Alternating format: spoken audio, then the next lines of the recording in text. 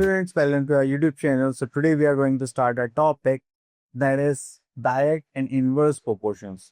तो यहाँ पर ये सुनने के लिए सिर्फ दो ही वर्ड्स हैं, डायरेक्ट और इनवर्स, बट यहाँ पे बहुत सारी क्वांटिटीज होती हैं जिसमें हमें रिलेशन समझना होता है, ठीक है।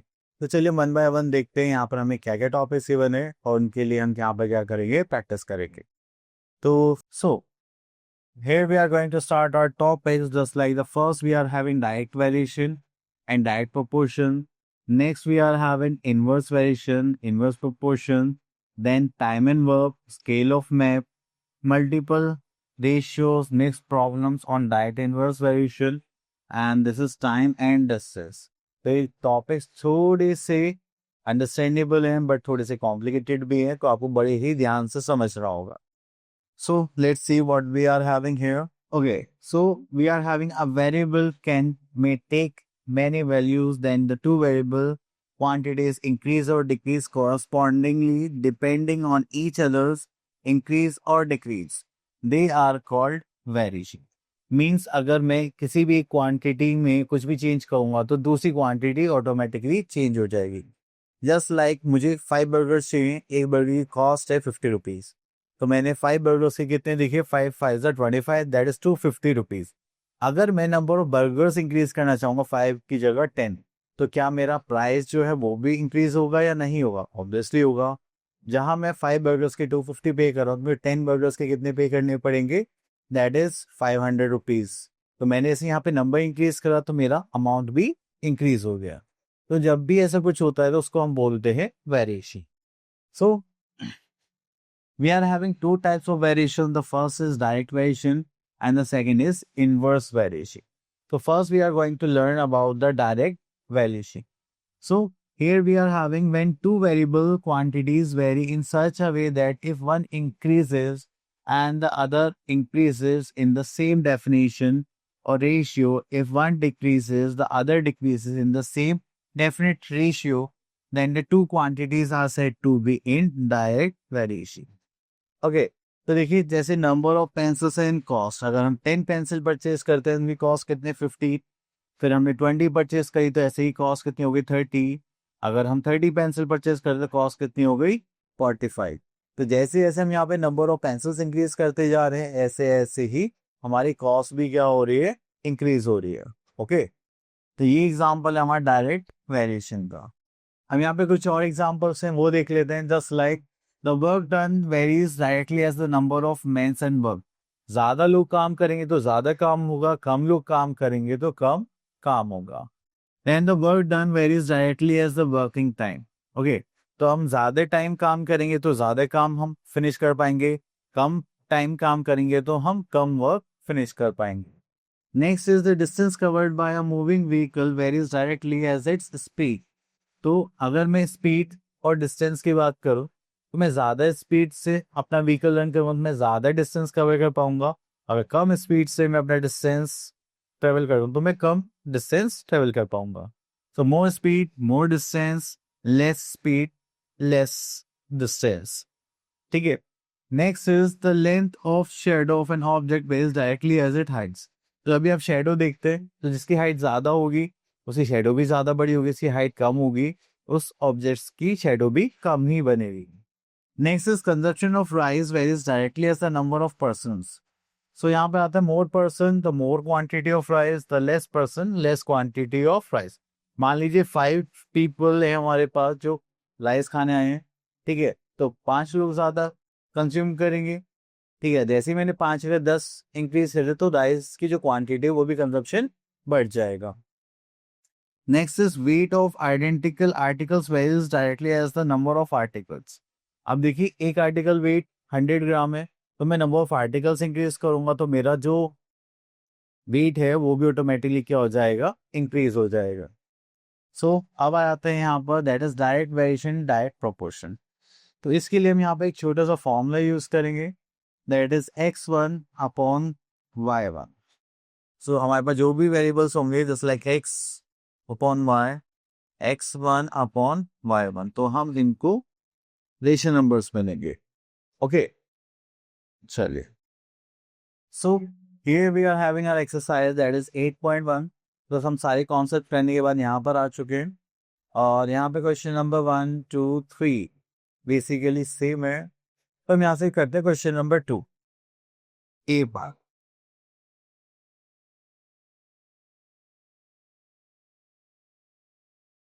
तो हमें बोले थे यहाँ पे जो एक्स एंड वाई है वो डायरेक्टली प्रोपोर्शनल है एक दूसरे के लिए, तो बस हमें जो बाकी वैल्यूज हैं वो फिल करनी है। तो चलिए, this is x by y equals to 4/6।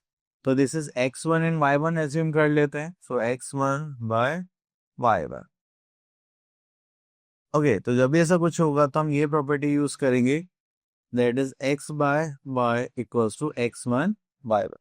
तो चलिए वैल्यूज पुट करते हैं। We are having 4/6 and here we are having 8/y1। So cross multiply करते हैं, जस्ट लाइक 4 2 जा 8 एंड 6 2 जा 12। सो y1 इक्वल्स टू 12। यहाँ पर आ गया हमारा 12। ओके, चलिए अब हम एज्यूम करते हैं this quantity and this one. So here we are having 4/6 equals to 10/y1। Cross multiply करेंगे, इसको यहाँ पर ले आते हैं, उसको यहाँ पर। ठीक है, लास्ट टाइम मैंने डायरेक्ट कर दिया था, इस बाय स्टेप करते हैं। So this is 4 into y1 equals to 10 into 6। ये मल्टीप्लाई में रह जाएगा तो क्या हो जाएगा, डिवाइड बाय 4। तो 2 2 जा 2 3 जा 2 5 जा, तो y1 कितना आ गया हमारे पास 15। Okay, so this one we are having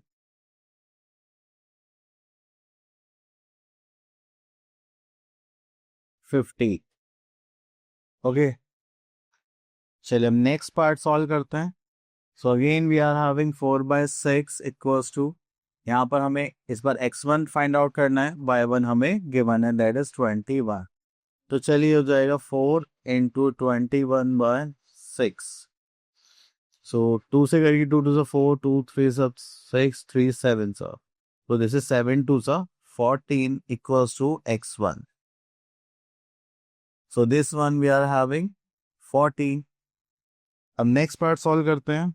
so here we are having that is x1 by 24। This is 6 4 are 24 4 4 are 16 equals to x1। So this is our 16। Okay, so this is nice। उसके बाद चलते हैं question number 4 पर, that is which of the following quantities varies directly as each other. So देखिए यहाँ पर आता है number of notebooks and their cost. तो आप बोलेंगे yes they are directly proportional. Interest and rate, ये भी हमारा क्या होगा, डायरेक्टली प्रोपोर्शनल। चलिए बाकी के पार्ट्स आप लोगों के लिए। ओके, तो यहाँ से क्वेश्चन ले लेते हैं। दिस वन, ओके, तो यहाँ पर आते हैं, दैट इज इलेक्ट्रिक पोल है जिसकी हाइट कितनी है हमारे पास 24 metre, cast a shadow of 20 metre long. Find the height of the pole if it cast a shadow of 15 metre long. तो देखिए यहाँ पर हमारे पास टू ऑब्जेक्ट्स है, एक इलेक्ट्रिक पोल और दूसरा शेडो। चलिए यहाँ पर लिखते हैं हम। तो हम एक छोटी सी ऐसे टेबल डिजाइन करेंगे।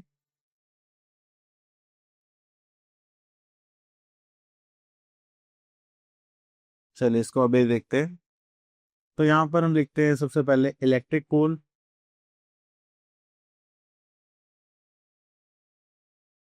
Okay, then we are having shadow.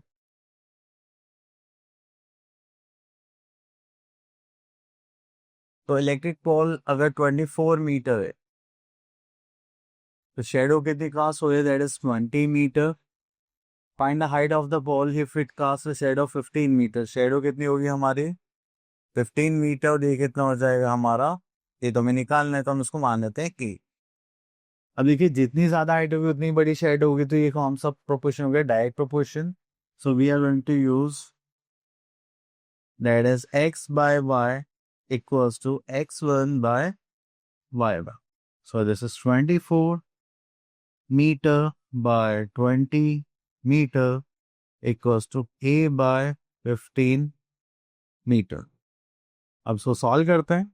So this is 5 4 are 5 3 4 6 6 3 18 metre. Okay, सो हमारे पास यहाँ पर जो लेंथ ऑफ पोल आई है that is 18 metre. Okay,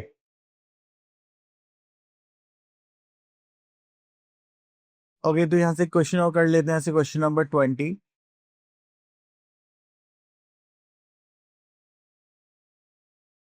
So here we are having Richard takes 125 steps in walking a distance of 100 metre. अगर रिचा को 100 metre cover करना है तो उसको कितने स्टेप्स लेने पड़ेंगे? 125. And what distance she cover in 350 steps. तो यहाँ पर हमारे पास टू ऑब्जेक्ट्स हैं just like steps, okay, and distance.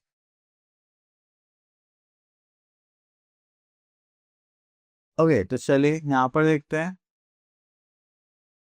So she is having steps that is 125 and distance कितना है हमारे पास? 100 मीटर. यहाँ पर करेंगे स्टेप्स इतने 315 एंड डिस्टेंस करेंगे दैट इज, वो तो हमें निकालना पड़ेगा. तो ये भी डायरेक्ट क्वेश्चन, जितनी ज्यादा स्टेप्स होगी उतनी ज्यादा हमारा डिस्टेंस कवर होगा. तो चलिए हो जाएगा x by y equals x1 y1. सो यहाँ पर हमारे पास जो स्टेप्स थे कितने थे? That is 125 and it is 100 metre. This is 315 steps and we are having x here. चलिए क्रॉस मल्टीप्लाई करते हैं. यहाँ पर हम y1 ही लिख लेते हैं. ओके, तो ये इधर चला जाएगा और ये इधर.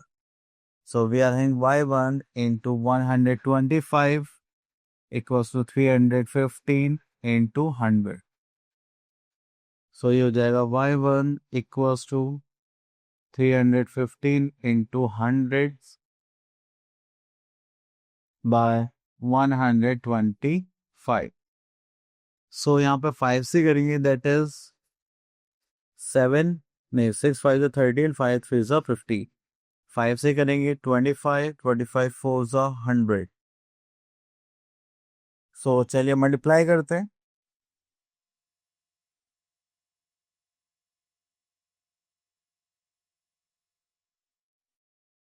It is 252.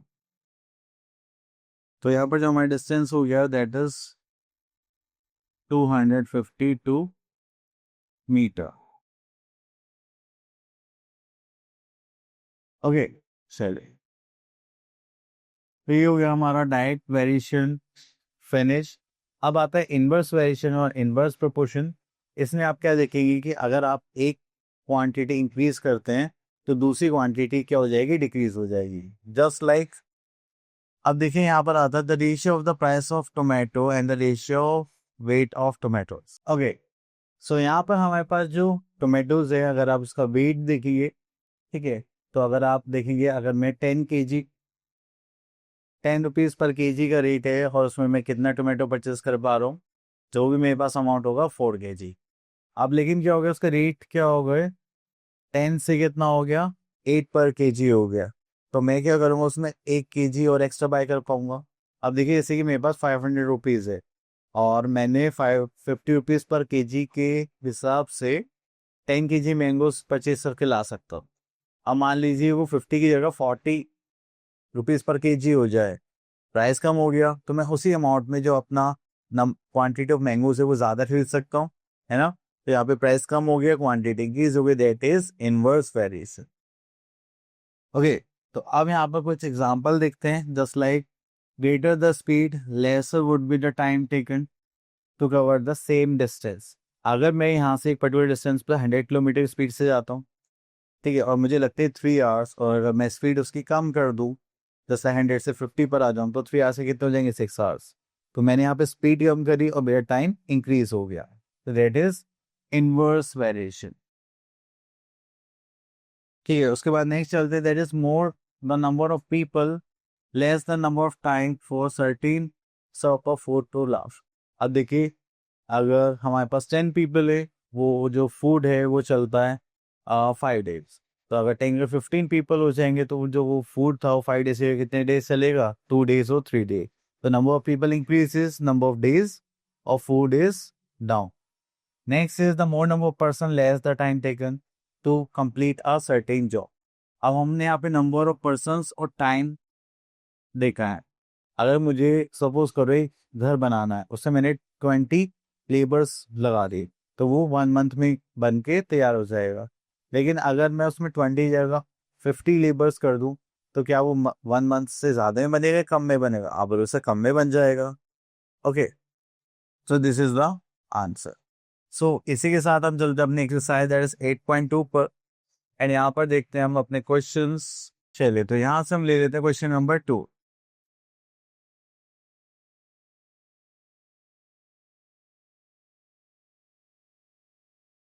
जहाँ पे बोले गए an aeroplane covers a certain distance in 5 hours at a speed of 300 kilometre. Okay, by how much should the speed increase so that the same distance covered in 4 hours. तो यहाँ पर हमें क्या given है, टाइम इन आवर्स। तो चलिए यहाँ, sorry, speed and time. अगर यहाँ पे हमारे पास स्पीड कितनी है, just like 300 kilometre per hour, तो हमें कितना टाइम लग रहा है यहाँ पर, 5 आवर्स। ओके, तो अब वो हमसे क्वेश्चन में बोल रहे हैं कि अब स्पीड कितनी इंक्रीज करें, तो 300 किलोमीटर पर आवर में कितना इंक्रीज करें जो हमें टाइम कितना लगे, 4 आवर्स। अब देखिए, स्पीड इंक्रीज हो रही है और टाइम डिक्रीज हो रही है, क्या इनवर्स वेरिएशन। तो यहाँ पर जो फॉर्मूला लेते हैं, हम लेते हैं x into y equals to x1 into y1। ठीक है, स्पीड को हम अपनी x मान लेते हैं और टाइम को हम अपना y एज्यूम कर लेते हैं। सो चलिए, तो यहाँ पर हो गया हमारे पास just like 300 into 5 hours equals to 300 plus x into 4 hours. Okay, चलिए अब इसको सॉल्व करते हैं। This is 300 into 5, 5 3s are 15 and 2 zeros, and here we are having 12, 20 plus 4x। ये प्लस में इधर जाएगा तो क्या हो जाएगा, माइनस।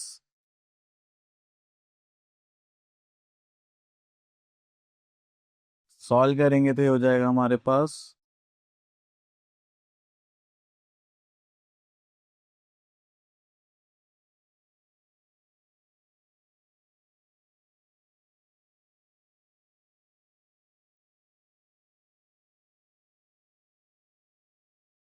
तो उन्हें 75 किलोमीटर पर आवर और इंक्रीज करनी पड़ेगी, इससे क्या आ जाए, हमारा टाइम 4 आवर्स आ जाए। ओके, चलिए क्वेश्चन और ले लेते हैं यहाँ से, question number 14।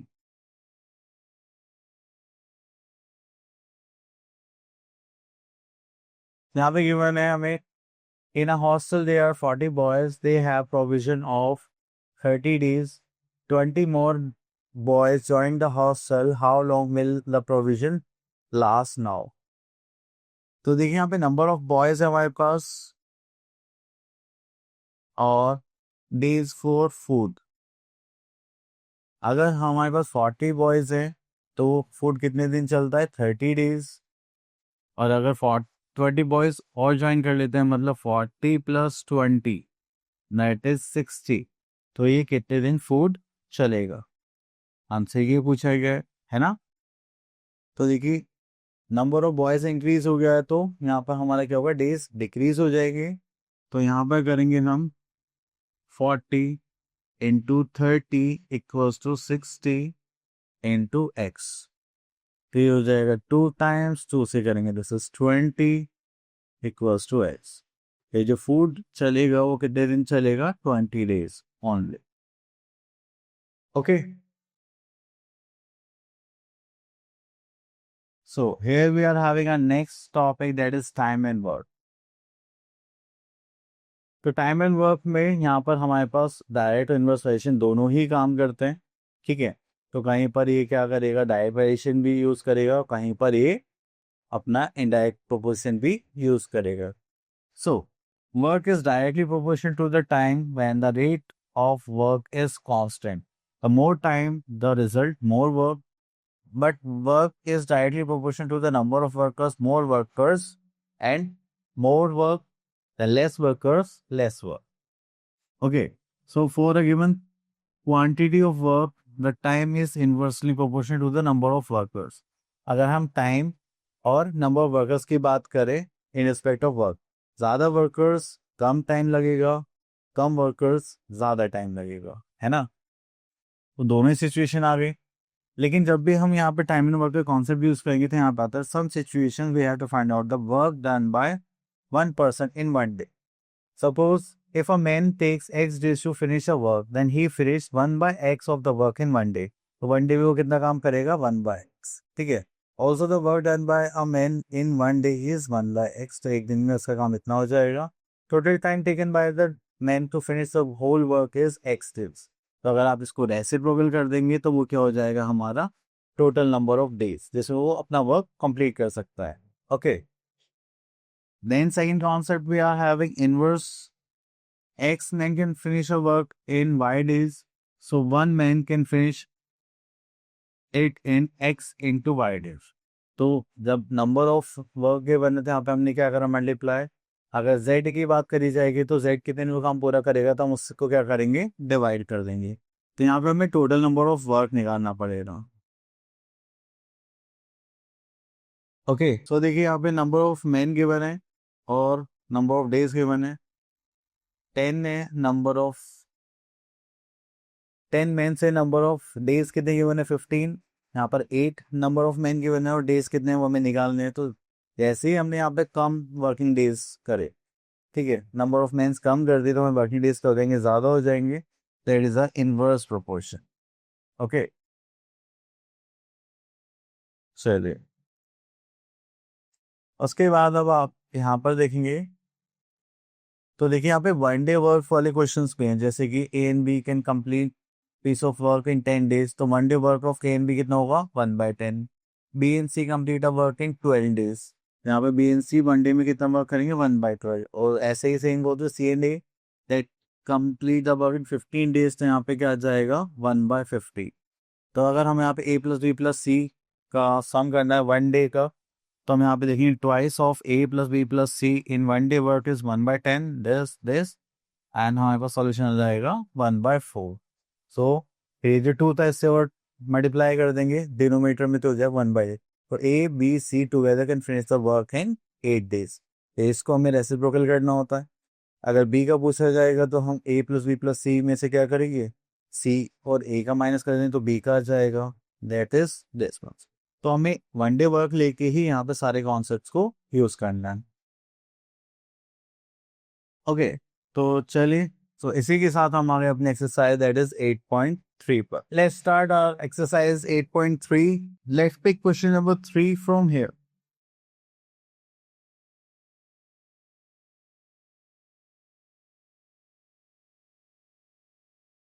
So here we are having A and B can polish the floor of building in 25 days, where A alone can do 1/3 of his job in 15 days, and how many days B alone can polish the floor of the building. तो चलिए सबसे पहले हम ए का work निकालते हैं. A alone complete 1/3 work in 15 days. So A alone can complete the work in, that is 3 into 15, that is 45 days. Okay, then we are having A and B complete the work A and B complete the work in how many days? That is 25 days.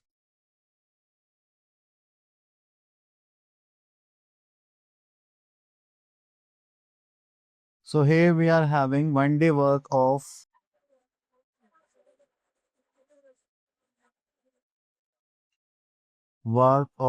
A alone. That is 1 by 45. Then we are having 1 day work of A plus B is 1 by 25. Now we have to find out the 1 day work of B alone. So 1 day work of B alone is 1 by 25. ये total work था ए and B का. इसमें से अगर हम ए का minus कर दे तो किसका काम बचेगा? B. That is 1 by 45. Okay, so now we have to solve this. So we have to first take the LCM of 25 and 45. So we are 5 5s are 25, 5 9s are 45, 5 1 and 9 we are having 9. Okay, तो यहाँ पे करेंगे. So we are having 25 9s are that is 225. So यहाँ पर हमें multiply करना पड़ेगा किससे? 9 से. एंड यहाँ पर इसे करना पड़ेगा 5 से. So we are having 4 by 225 work. तो ये हो गया 1 day work of B alone. Now we have to find out the time taken by B alone to complete the work.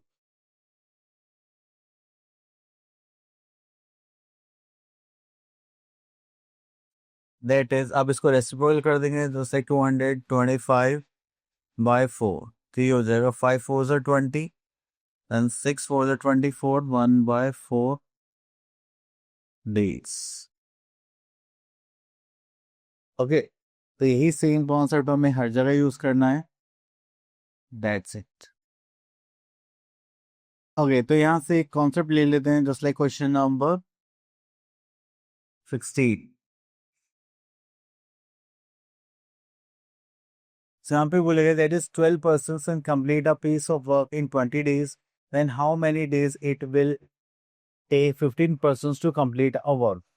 देखिए, ज़्यादा लोग होंगे कम टाइम में काम होगा, कम लोग होंगे तो ज़्यादा टाइम में काम होगा. तो यहाँ पर हम लिख लेते हैं पर्सन और यहाँ पे लिख लेते हैं days. We are having 12 persons and 20 days. And यहाँ पर करेंगे 15 persons, then we have to find out the number of days. तो देखिए, इस केस में यहाँ पर थोड़ा इनवर्स वेरिएशन यूज होगा. ये हो जाएगा 12 into 20, that is 15 into x. तो क्रॉस मल्टीप्लाई करेंगे.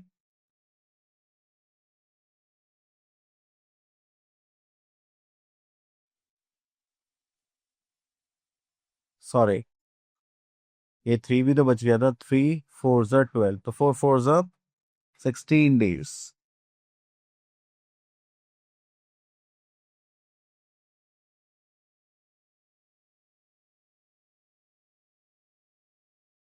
Okay, so this is our answer. Next we are having scale of map. देखिए, जब भी मैप स्केल करते हैं तो हमेशा वो डायरेक्ट वेरिएशन नहीं होता.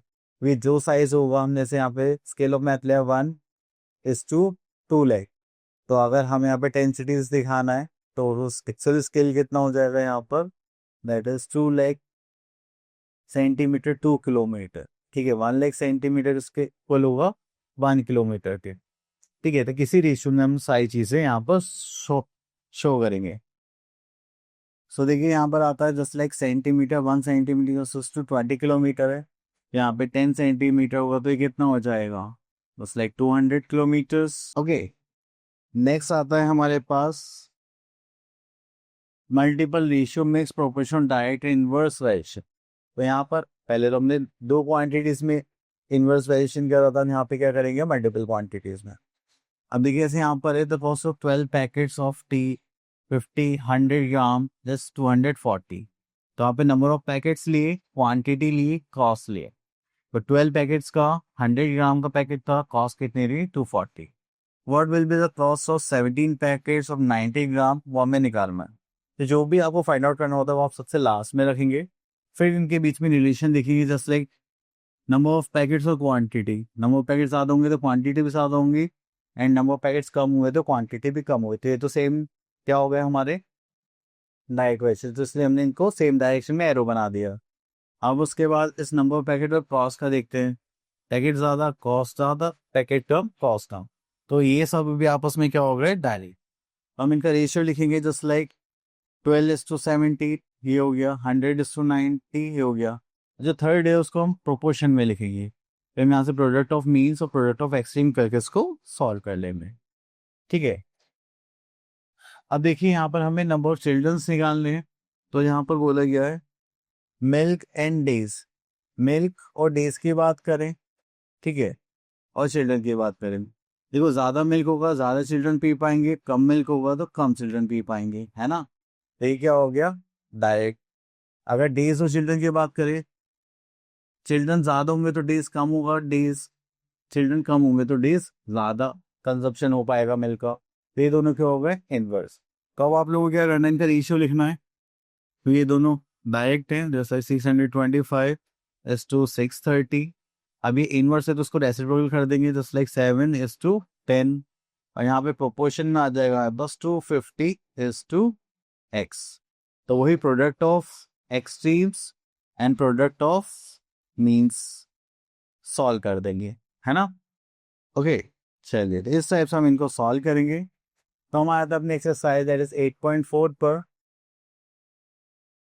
तो हम यहाँ से क्वेश्चन पिक कर लेते हैं, question number 5।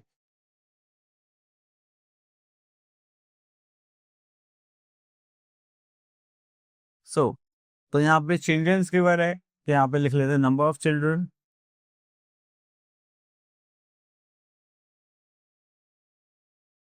Milk quantity and days.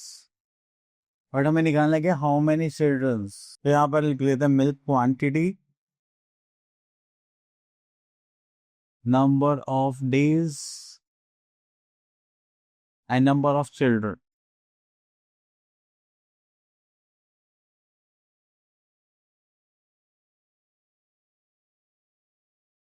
Okay, तो चलिए यहाँ पे मिल्क क्वांटिटी कितने, that is 1350 litre.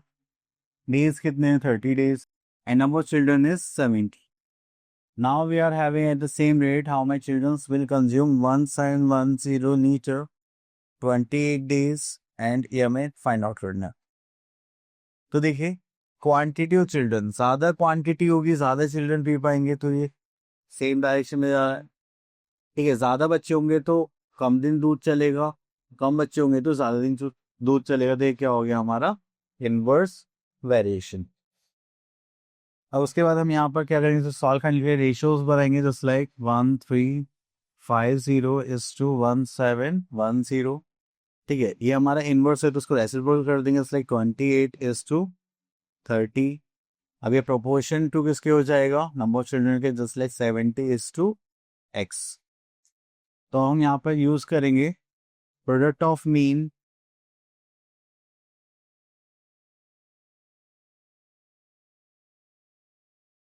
Equals to product of extreme.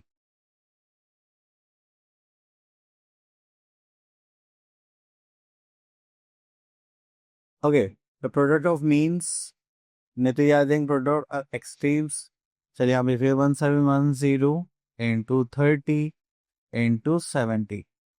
Product of extremes में आ जाएंगे यहाँ पर 1350:28:x। चलिए अब इसको क्रॉस मल्टीप्लाई करते हैं।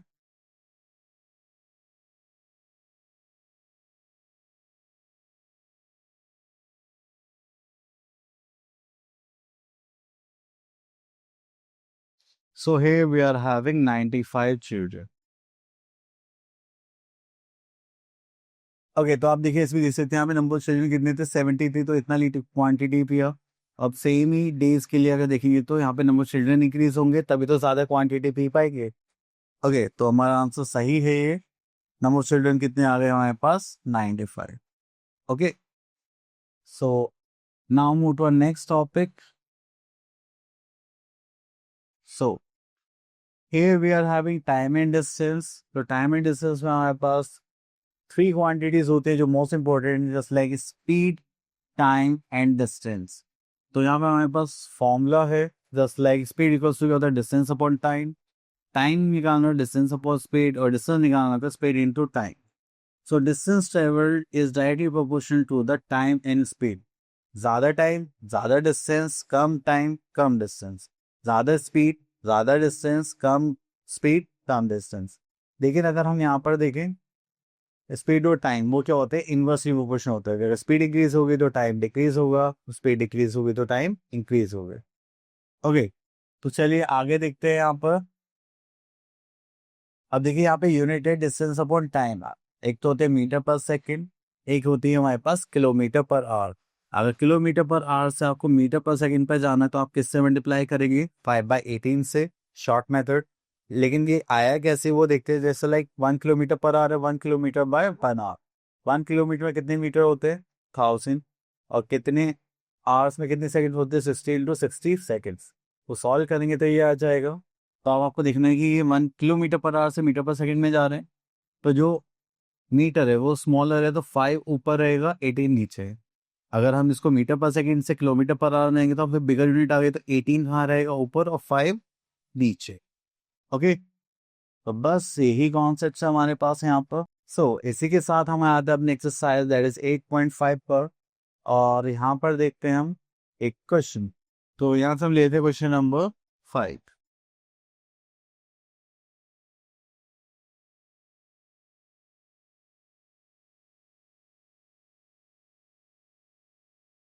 So, a 270-meter long goods train is running at a uniform speed of 40.5 kilometer per hour. ठीक है, and how much time will it take to cross the man standing a platform? अब देखिए, अब ये जो man है वो ऐसे ही खड़ा है, यहाँ से ट्रेन आएगी ऐसे छुक छुक करते हुए, और फिर वो अगर सपोज करो इतनी लेंथ में, तो इतना ही पार्ट आगे जाने में उसको उतना ही टाइम लगेगा। तो डिस्टेंस कितना होगा जितना इस ट्रेन का लेंथ होगा, है ना। तो जब भी ऐसे ट्रेन और पोल के कॉन्सेप्ट आते हैं तो आपको जो डिस्टेंस लेना है, ठीक है, वो किसके इक्वल होगा हमारे, हमेशा लेंथ ऑफ ट्रेन। ओके चल, तो यहाँ पर हमें डिस्टेंस गिवन है, that is 270 metre. Uniform speed की बात करें 40.5 किलोमीटर पर आवर। अब हम यहाँ पे टाइम देखिए तो वो हमें नहीं पता, तो ये फाइंड आउट करना है। तो टाइम का फॉर्मूला क्या था हमारे पास, time equals to distance upon speed. अब देखिए जो डिस्टेंस है वो किस में, मीटर में, और ये जो हमारा यहाँ का स्पीड है वो किलोमीटर पर आवर में है। तो हमें क्या करना है, या तो इसको किलोमीटर में चेंज करिए या इसको मीटर पर सेकंड में चेंज करना। तो मैं क्या करता हूँ, इसको मीटर पर सेकंड में चेंज करने के लिए मल्टीप्लाई कर देता हूँ 5/18 से। ठीक है, तो चलिए इसको सॉल्व करते हैं।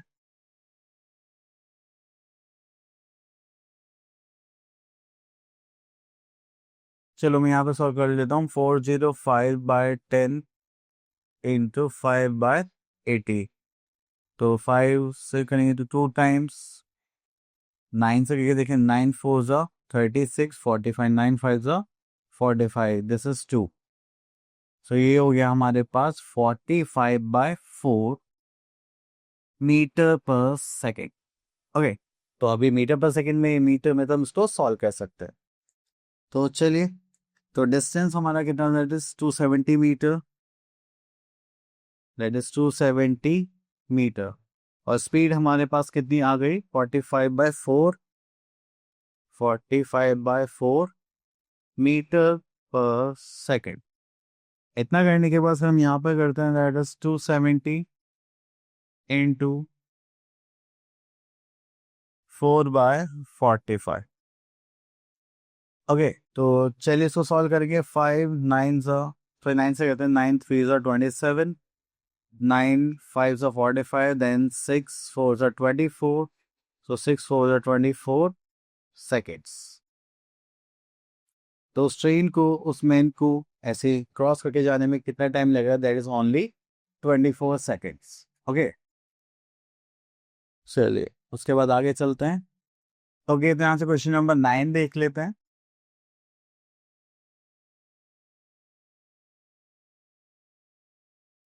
देखिए यहाँ पे दिल्ली से चंडीगढ़ का जो डिस्टेंस, दैट इज 320 किलोमीटर।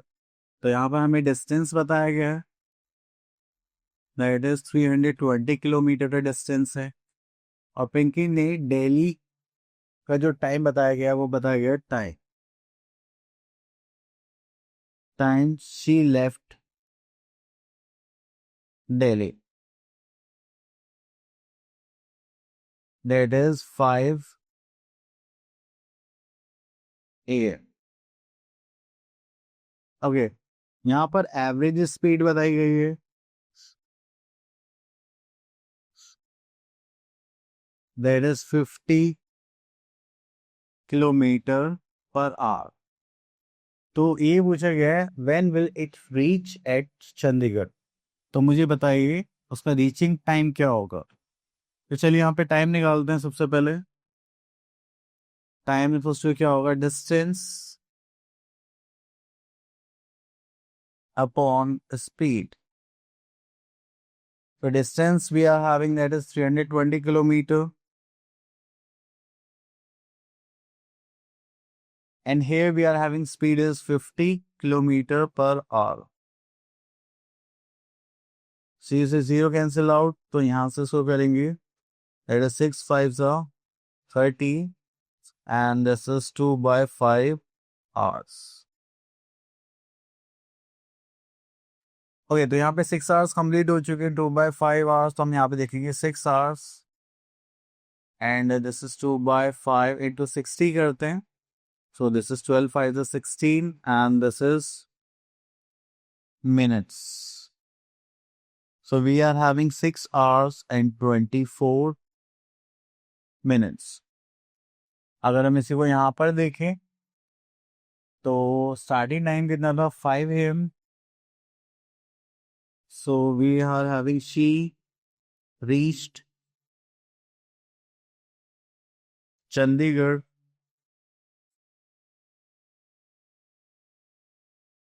देखिए 5 AM पर उन्होंने जर्नी स्टार्ट करी। टाइम कितना लगा, 6 आवर्स 24 मिनट्स। तो अगर हम यहाँ पे देखें तो दिस इज 11:24 AM। 11:24 AM पे वो कहाँ पर होंगे, चंडीगढ़ में होंगे। ओके, चलिए तो इतना हो गया ये। तो इसी के साथ ये टॉपिक हमारा हो गया फिनिश। सो आई होप आपको ये सारे कॉन्सेप्ट अच्छे से क्लियर हुए होंगे, आप इनकी प्रैक्टिस करें। And thank you so much for listening us carefully. Now see next video, till then all the best.